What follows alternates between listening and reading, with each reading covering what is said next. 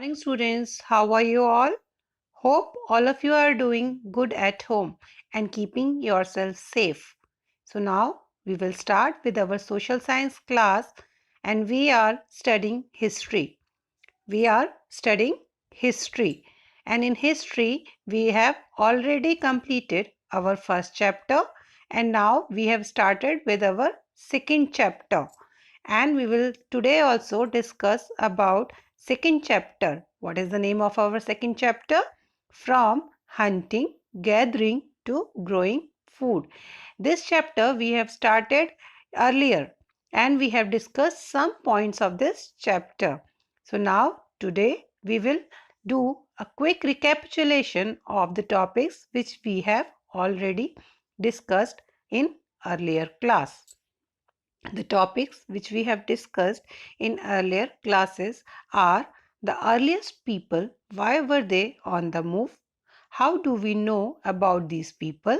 And the third topic which we discussed in earlier class was choosing a place to live in.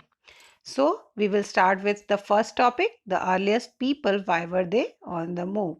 So, in the earlier classes also, we have discussed that why were the earliest people on the move? Why they go from one place to another? What was the reason behind that? So, we all know that the people who were living in the subcontinents go from one part of that subcontinent to the other part of the subcontinent and they go on and go on. Today we describe them as a hunter-gatherer. So today we describe those people who were moving from one place to another as a hunter-gatherers. The name comes from the way in which they gathered their food. So why we were calling them hunter-gatherers?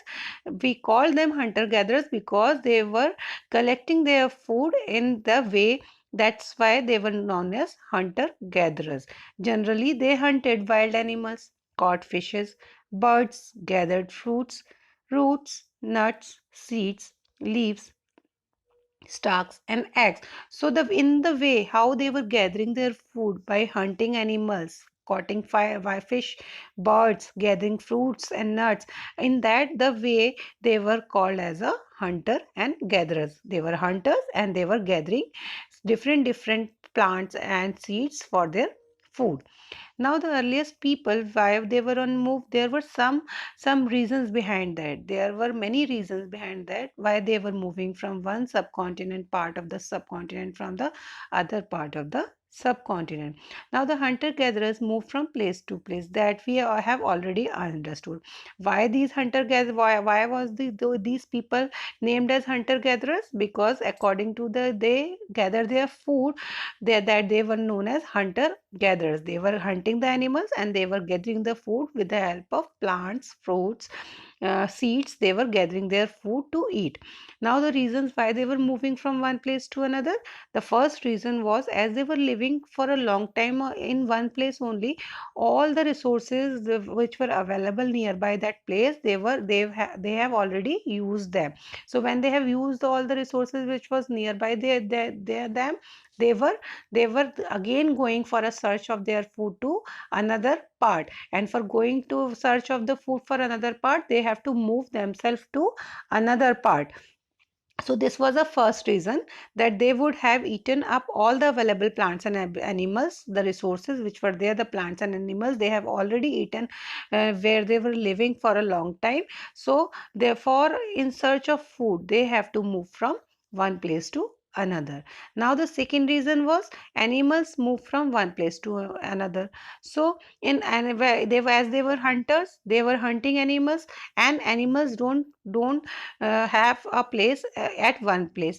They move on place to place. They also search the food, and in search of the food the animals also move from here to there. And when the animals are moving here and there and the hunter gatherers eat the animals, so in search of animals also they have to move from one place to another, either in search of small prey in case of deer and wild cattle, or in search of grass and leaves they have to move from one place to another.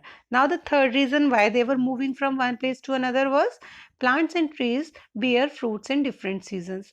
So the third reason was there, that the different plants and trees have fruits in different seasons. There are seasonal plants and trees everywhere in the forest. So once in the summer, some trees have fruits and vegetables, and in the other season, some other trees are having fruits and vegetables. So the people, the hunter gatherer, were living on according to the season. Suppose in the summer season, so a particular place was having particular trees and plants were having fruits and flowers, so they eat the fruits and flowers and the leaves of those trees in that season. When these plants are being shedded down, then they move towards the other part of the part of the subcontinent, where the trees are growing fruits and animals and fruits and flowers on their on the trees, and they used to eat them. Now the fourth reason why earliest people were moving from one place to another was the people, plants and animal need water to survive. So this was the fourth reason, that everyone require waters to survive, whether it is people, whether it is human being, whether it is plants, whether it is animal. So water is found in lakes and streams and rivers. So wherever the water is available, according to that, the people, the hunter gatherers, move from one place to another. While many rivers and lakes are perennial. So what are perennial rivers? Perennial rivers are in which there are throughout the year there is water in the river. But some lakes and rivers have seasonal rivers also, which have water in them according to seasons. So according to that only, those people who were living nearby the seasonal rivers, near the bank of seasonal rivers, they have to move from one place to another in search of water during dry season. Now we will come to another point of our chapter. We will do the recapitulation. We have already studied this chapter in earlier class. How do we know about these people? So how we came to know about these people? How do we came to know about hunter gatherers? That what they were eating, how they were eating, how they were moving from one place to another.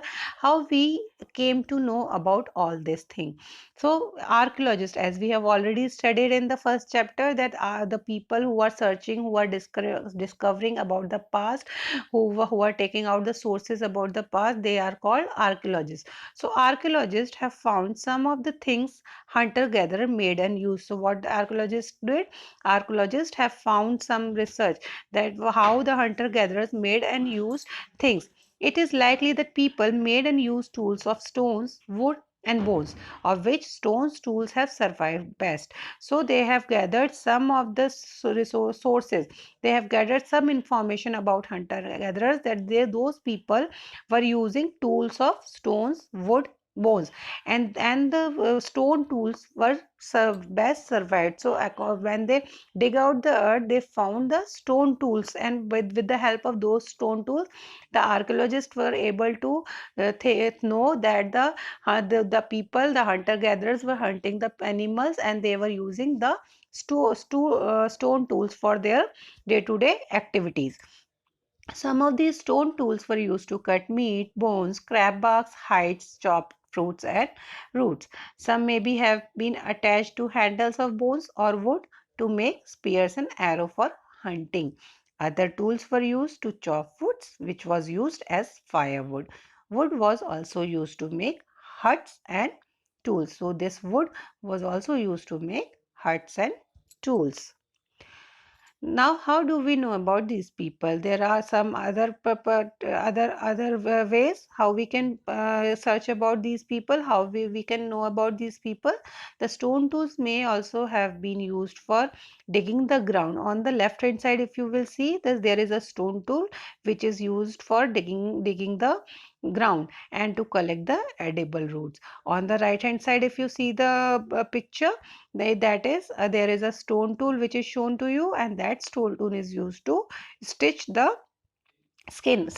stitching of clothes are being done. And how they were using from what they were making their clothes? They were making their clothes with the help of animal skin. Now, how do they choose a place to live? as we have already studied that how why they were going from moving from one place to another. We have already studied how we came to know about these people, hunter gatherers. Now we will study about choosing a place. How do they choose a place? What were some parameter? What were the reasons for choosing any place for them? So look at the map below. There is a map below. All the places marked with red triangles are sites from which archaeologists have found evidence of hunter-gatherers. So all these places which there is an arrow, red color arrow, these are the sites, archaeologist sites from where the archaeologists find some evidence of hunter-gatherers, that there were hunter-gatherers and they were how they were moving from one place to another, what type of tools they were using, what type of food they must be eating at that time. So the hunter-gatherer lived in many more places, only some are shown in the map. So there are some more places, but only some of these are being shown in the map. Many sites were located near sources of water such as rivers and lakes. So many of the sites are located near sources of water. Why they are located near sources of water? Because hunter gatherers were living nearby the water and rivers, so that they can drink the water and they can make their lives surviving. As stone tools were important, people tried to find places where good quality stones were easily available. So, as archaeologists have found that stone tools were found by digging the earth, so they tried that the people tried to find out the places which are having good quality stones, so that they can make the stone tools with the help of good quality stones at that time. Now, the main topic, the today's topic, we will discuss about rock painting. So we have already discussed the place where they were choosing to live at that time, the hunter gatherer. Now we will study that what type of rock painting, what type of painting they were doing on stones, and which are present nowadays also in some caves and some places. And the archaeologists study those paintings, and according to those paintings they come to know what those at that time the people were trying to give a message or trying to draw the things, and why they were drawing these kinds of paintings. Bhimbetka in present is in Madhya Pradesh. So this is a cave, this is a rock shelter, and the rock caves, it is made up of rocks, and the name is Bhimbetka, and it is in Madhya Pradesh state, and in the city Bhopal. This is an old site with caves and rock shelters. So this is an old site with caves. It has a caves and it has a rock shelter. People choose these natural caves because they provide shelter from rain, heat, and wind. So why the people choose these natural caves to live? People choose natural caves to live at that time because the cave was providing them the shelter from the rain, heat, and wind. These rock shelters are close to the Narmada Valley. So all those people who were living nearby the Narmada Valley were living in this cave shelter or rock shelter. And why they were living in rock shelter? Because this cave was protecting those people from rain, heat, and wind. Can you think of why people choose to live here? Can you think why people choose to live here? What was the reason behind that? Why people choose to live here? Yes, you know now, because the people have been provided shelter by the rock shelter. From They were saved from rain, heat, and wind and when they were living in rock shelters. Now you are seeing this picture of rock shelter and rock painting. On the left hand side I have shown you the rock caves and the rock shelter picture, and on the right hand side there are some paintings which has been done by the people, the hunter gatherers only. So these are some paintings which have been done by the people at that time. Now rock painting and what they tell us. So about the rock painting, what these paintings, what they want to tell us, what they want to give us the information. Many of the cases in which these early people lived have painting on the wall. So all the rock shelters have some painting where these hunter gatherers were early people were living. Some of the best examples are from Madhya Pradesh and southern Uttar Pradesh. These paintings show us wild animals drawn with great accuracy and skills. So all these paintings are what they are showing? They are showing some animals painting. There is some wild animals drawn with great accuracy and skill. So very accurately and very skillfully the wild animals are drawn with the help of this painting. Now a question will be arising in your mind that what is a site? Every time we are using the site, there were the sites where archaeologists were finding different things and evidences about the early people. So sites are places where the remains of things, tools, pot, building, etc. are found. So these are the places where all the evidences of the early people, or the people who were in the past living are being found. Whether the tools would be found, whether the pots, whether the utensils which they were using were found, or whether the building parts were found. That place where every these things are found for the evidence, for taking out the information about the past, that place is now called as sites. These were made, used and left behind by people. These may be found on the surface of the earth, buried under the earth, or sometimes even under the water. So these all things can be found on the earth, on the surface of the earth. These all tools, pots, buildings, and the evidence which are collected to know about the past can be found from if we dig the earth, and it is also found sometimes under the water. So these all places are known as sites where we can find the evidence about the past. Now finding out about fire. So how do we find that the early man was using fire? How we find out that they were also using fire, or how they were cooking their food? So find the Kurnool caves on map. On the map you can see, with the help of arrow I have shown you Kurnool caves. Traces of ash have been found here. So this is also a site where archaeologists found a traces of ash. What is ash? When we burn anything, the black waste material, the black material is known as ash. So there are traces of ash has been found in this Kurnool caves. This suggests that people were familiar with the use of fire. So this suggested the archaeologists that the early people were also using fire, and they were knowing about fire. Fire could have been used for many things at that time, as a source of light, to roast meat, to scare away animals. So why was fire used by the early men? Maybe they will be using the fire for lighting, for having light, maybe for roasting meat, or for scaring animals. When the animals are coming towards them to eat them, they scare the animals with the help of fire. What do we use fire today? So can you name some things, some ways why we use fire today? In what things we use fire today? Please find this answer by yourself. See, these are some pictures of Kurnool caves which I have pasted here to show you all. Kurnool caves are in the district of Andhra Pradesh, and in Kurnool district. There is a Kurnool district in Andhra Pradesh. Now names and dates. There are some important names and dates which were there at early period, and where the early people were living.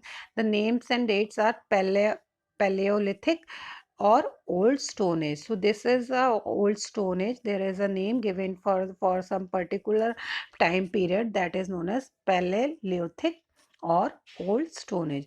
Archaeologists have given lengthy names for the time that we are studying today. They call the earliest people the Paleolithic or the Old Stone Age. Why they call it Paleolithic? This comes from two Greek words. From where this word come? This word comes from two Greek words. What is the first? The first is Pelileo. Pelaio. Pelaio. What it is? Pelaio. Meaning old. Pelaio means old. And lithos means stone. So from these two words, this time period is being named as Paleolithic. Paleolithic means old stone age. The name point to the importance of find of stone tools. So why it was the name? Because there was so many stone tools found in this period. Of this period, so many stone tools were found, and there was an importance of stone tools. So all the stone tools were used in this period only by the early people. The Paleolithic period extend from 2 million years ago to about 12,000 years ago. So when did this Paleolithic period started? This period started from 2 million years ago from today, and it was ended of about 12,000 years ago. This long stretch of time is divided into different ages, different periods. So lower, middle and upper Paleolithic stages are there. This long span of time covers 99% of human history. So this long span of Paleolithic age or the old stone age is covered by 99% of the human history is covered in this only early human history. Now the Mesolithic or Middle Stone Age. So we were talking about three Stone Age. For earlier in the earlier slides, there was lower Paleolithic stage, Middle Paleolithic stage, and Upper Paleolithic stage. So now we will talk about. We have already talked about Lower Paleolithic stage. Now we will study about Middle Stone Age. That is the Mesolithic. It is known as Mesolithic. The period when we find environmental changes begin about 12,000 years ago. So, say there were some environmental changes begin at the time about 12,000 years ago. When we were talking about 12,000 years ago, there were some environmental changes came in the environment until about 10,000 years ago. So, it started from 12,000 years ago, and there was some environmental changes till 10,000 years ago. And this time period from 12,000 years ago to 10,000 years ago is called the Mesolithic period or the Middle Stone Age period. Stone tools found during this period are generally tiny and are called microliths. So stone tools which were found of this period was generally very small and they were called as microliths. Microliths were probably stuck on the handle or bones or wood to make tools such as saws, sickles. At the same time, older variety of tools continued to be in use. So these small tools were also made, and the earlier tools from the Paleolithic period when big stone tools were made, that were also in use. They were also using those stone tools, and they made a very small tiny small stone tools with the help of small stones. The next stage from about 10,000 years ago is known as Neolithic. So first is Paleolithic, second middle stone age is Mesolithic, and the last stone age is Neolithic. We will study this about this in further. The next stage from about 10,000 years ago is known as the Neolithic. What do you think the term Neolithic means? Can anyone answer me? What do this term Neolithic mean? Yes, we will study this in the further chapter. We have all mentioned the names of some places. There are some places which are mentioned in this chapter, but that is not the exact name of the chapter or exact name of that place. Early people may be calling that place anything with any other name, but in this book we have tried to find out the names, but as we are not able to find out, so we have put it the present name of that place. So now a changing environment, as we were talking in the Mesolithic stage, in the Middle Stone Age, the environmental changes were there. So what type of environmental changes were there in that period? We will study in this topic. Around 12,000 years ago, there were major changes in the climate of the world with a shift to relatively warm conditions. So around 12,000 years ago, there was major changes in the climate of the world. So what happened? From the cold climate, it was relatively warm conditions were coming. So the climate became little bit warm. In many areas, this led to the development of grasslands. So because of somehow warm conditions, there was development of grasses, because grasses grow in some humid kind of climate, or you can say some hot kind of climate, not very hot, not very cool kind of climate. This in turn led to an increase in the number of deers, antelopes, goats, sheep, cattle, animals that survived on grass. So when there was a development of grassland due to the relative shift of climate, and the climate became relatively warm. So the animals like deer, antelope, goat, sheep also increased. Why they increased? Because they were able to eat more and more. The food was available for them, and they were multiplying by many and more. Those who hunted these animals now followed them, learning about their food habits and their breeding season. So those people who were hunting these animals, the goat, antelope, sheep, and cattle, what they did, they followed and learned about their food habits, about the food habits of animals. They learned that when these animals eat the food, at what time they eat the food, how much grasses they eat, what type of activities they do, because where these animals were hunting these animals and they were eating these animals. So these people followed their food habit, and they come to know that when they breed, when is their breeding season, when they multiply or when they reproduce themselves. So the people, early people came to know about the animals breeding seasons, and they came to know about the food habits of these animals which they were hunting. It is likely that this helped people to start thinking about herding and rearing these animals themselves. So when they understood the food habits of these animals, and they were able to know when is the breeding seasons of these animals, they started thinking that why we should not herding, we should not start herding or rearing of these animals themselves. Fishing also became important at this time period. So the early people at this time started doing fishing, eating fishing. Now, meaning of herding and rearing. The question will be arising in your mind. What does this herding means? What does this rearing means? So yes, herding is for group of animals like sheep, cattle, horses. So what is herding? When we keep the group of animals like sheep, group of sheep, group of cattle, group of horses, group of cows, group of buffalo. So when we keep these animals in group, that is known as herding. It is gathering animals into a manageable group. So when we manage these animals in a group, that is known as herding. Rearing can mean raising a child to adults. So what rearing means? Rearing means raising the animals from small to big animals or the adult animals. The rearing of animals is defined as animal raised or breed for their use, for pleasure or for profit, often for food. These activities have associated common problem of odor, elimination of animal waste. So you are seeing on the left hand side, this is the herding picture where it is shown that the person is gathering, or it is having a group of animals, and he is managing those group of animals. And on the right hand side picture, you are able to see that goats are eating something. So this is rearing, that where the people are keeping these cattle, these goats in a group, and they are giving them food, they are rearing them, they are raising them for a purpose of profit, maybe for the purpose of food, maybe for the purpose of their milk. So there are different purposes behind that, but they are keeping these animals and taking care of these animals.